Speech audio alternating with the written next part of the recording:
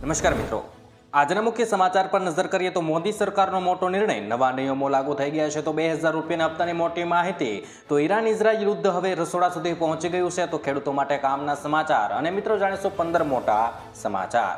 એ પહેલા ગુજરાતના જે પણ મિત્રો આપણી આ યુટ્યુબ ચેનલમાં નવા છે તેમને વિનંતી કરીશ કે આપણી આ ચેનલને સબસ્ક્રાઇબ કરી લે, જેથી કરીને મિત્રો દિવસભરના કામના અને લોક ઉપયોગી સમાચાર તમને આપણી આ ચેનલના માધ્યમથી સૌથી પહેલા મળી જાય. તો મિત્રો વાત કરીએ આજના સૌથી પહેલા સમાચારને લઈને, તો ગરમીનો પારો આસમાનને પાર. મિત્રો ઉનાળાની શરૂઆતમાં જ લોકોને શેકાવાનો વારો આવ્યો છે.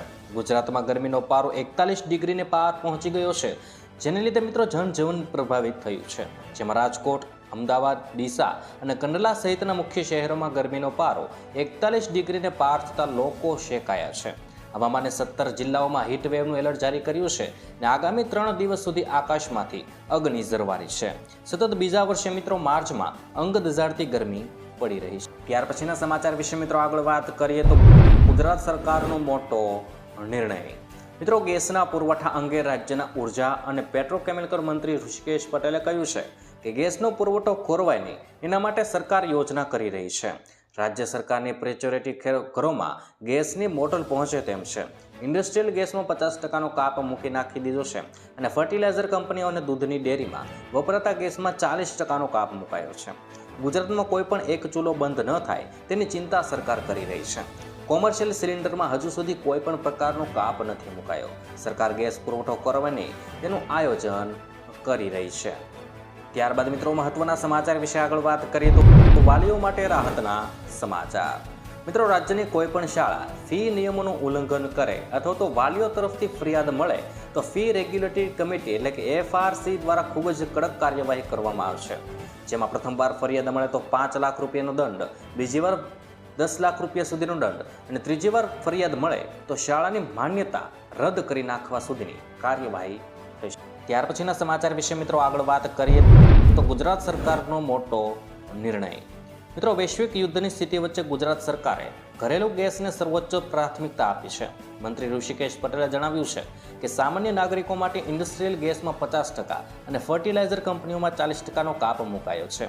LPG સિલિન્ડર બુકિંગનો સમયગાળો 21થી વધારી 25 દિવસ કરાયો છે અને સંગ્રહખોરી રોકવા માટે પુરવઠો જાળવવા ઔદ્યોગિક ગેસને ઘરેલું વપરાશમાં ડાયવર્ટ કરાશે. ઘરેલું ગેસના ભાવ વધવાની શક્યતા નહિવત દેખાઈ રહી છે. તો મિત્રો વાત કરીએ ત્યાર પછીના સમાચારને લઈને, તો સોના ચાંદીનામાં તોતિંગ ઉછાળો. મિત્રો વૈશ્વિક તણાવની સીધી અસર કિંમતી ધાતુઓ પર જોવા મળી રહી છે. 10 માર્ચે ચાંદીના ભાવમાં 8000 રૂપિયાનો તોતિંગ ઉછાળો આવતા 2.75 લાખ પ્રતિ કિલો પર પહોંચી ગઈ છે.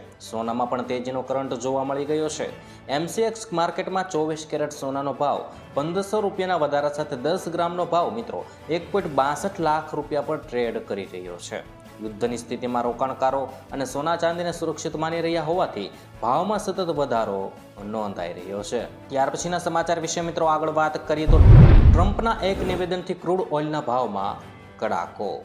મિત્રો વૈશ્વિક બજારમાં 10 માર્ચે કાચા તેલની કિંમતોમાં ભારે ઘટાડો નોંધાયો છે. રાષ્ટ્રપતિ ડોનાલ્ડ ટ્રમ્પના યુદ્ધના ટૂંક સમયમાં સમાપ્ત થઈ જશે એવા નિવેદન બાદ બ્રેન્ટ ક્રૂડ 8.5% ઘટીને $92.50 અને અમેરિકન તેલ એટલે કે WTI 9% તૂટીને $88.60 પ્રતિ બેરલ આવી ગયું છે.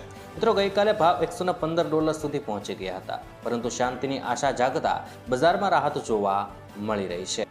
ત્યાર પછીના આજના સૌથી મોટા સમાચાર વિશે મિત્રો આગળ વાત કરીએ તો ભારતમાં ESMA લાગુ. મિત્રો અમેરિકા, ઇઝરાયલ અને ઈરાન વચ્ચે ચાલી રહેલા યુદ્ધના કારણે વિશ્વભરમાં ઓઇલ અને ગેસની ખોટ સર્જાય છે. ભારત સરકારે પેટ્રોલિયમ પેદાશોની કાળાબજારી અને સંગ્રહખોરી ડામવા આખા દેશમાં એસેન્શિયલ કોમોડિટીઝ એક્ટ લાગુ કર્યો છે. સરળ શબ્દોમાં મિત્રો કહીએ તો ચોક્કસ પરિસ્થિતિઓમાં સરકાર આ કાયદાનો ઉપયોગ કરતી હોય છે અને સામાન્ય માણસને આવશ્યક ચીજ વસ્તુઓનો પુરવઠો જાળવવા અને પુરવઠા શૃંખલા ખોરવાઈ ન જાય તેની ખાતરી કરવા માટે ચોક્કસ નિયમોમાં સુધારો કરવા માટે થતો હોય છે. ત્યાર પછીના સમાચાર વિશે મિત્રો આગળ વાત કરીએ તો ભારત માટે ચિંતાજનક સમાચાર. મિત્રો મિડલ ઈસ્ટમાં વધતા યુદ્ધથી ખાદ્ય તેલના ભાવમાં તોતિંગ વધારો ઝીંકાયો છે. જેમાં સિંગ તેલના ડબ્બાના ભાવમાં 20 રૂપિયા, કપાસિયા તેલમાં 30 રૂપિયા અને પામ તેલમાં સૌથી વધુ 60 રૂપિયાનો ઉછાળો આવ્યો છે. નવા ભાવ મુજબ સિંગતેલ 2860થી 2910 રૂપિયા, કપાસિયા તેલ 2360થી 2385 રૂપિયા અને પામ તેલ 2300થી 2360 રૂપિયા સુધી પહોંચી ગયું છે. ત્યાર પછી મિત્રો મહત્વના સમાચાર વિશે આગળ વાત કરીએ તો મે મહિનામાં વાગશે ચૂંટણીનો ઢોલ. મિત્રો ગુજરાતમાં સ્થાનિક સ્વરાજ્ય સંસ્થાઓની ચૂંટણી હવે મે મહિનામાં મધ્યકાળમાં યોજાઈ શકે તેવી શક્યતા પ્રબળ બની રહી છે. અંતિમ મતદાર યાદી તૈયાર થઈ જતાં ચૂંટણી યોજવાનો માર્ગ લગભગ મોકળો થયો છે. સૂત્રોના જણાવ્યા મુજબ ગ્રામ પંચાયત, તાલુકા પંચાયત, જિલ્લા પંચાયત તેમજ નગરપાલિકા અને મહાનગરપાલિકાની ખાલી બેઠકો માટે મતદાન પ્રક્રિયા મે મહિનામાં બીજા કે ત્રીજા અઠવાડિયામાં યોજાઈ શકે. ત્યાર પછીના સમાચાર વિશે મિત્રો આગળ વાત કરીએ તો ગૂગલ મેપ પર આધાર કેન્દ્રની માહિતી. મિત્રો કેન્દ્રીય ઇલેક્ટ્રોનિક્સ અને આઈટી મંત્રાલયે જાહેરાત કરી છે કે યુડીઆઈ હવે ગૂગલ સાથે ભાગીદારી કરી રહ્યું છે. આ પહેલ હેઠળ તમામ અધિકૃત આધાર કેન્દ્રનું લોકેશન હવે ગૂગલ મેપ્સ પર ઉપલબ્ધ હશે.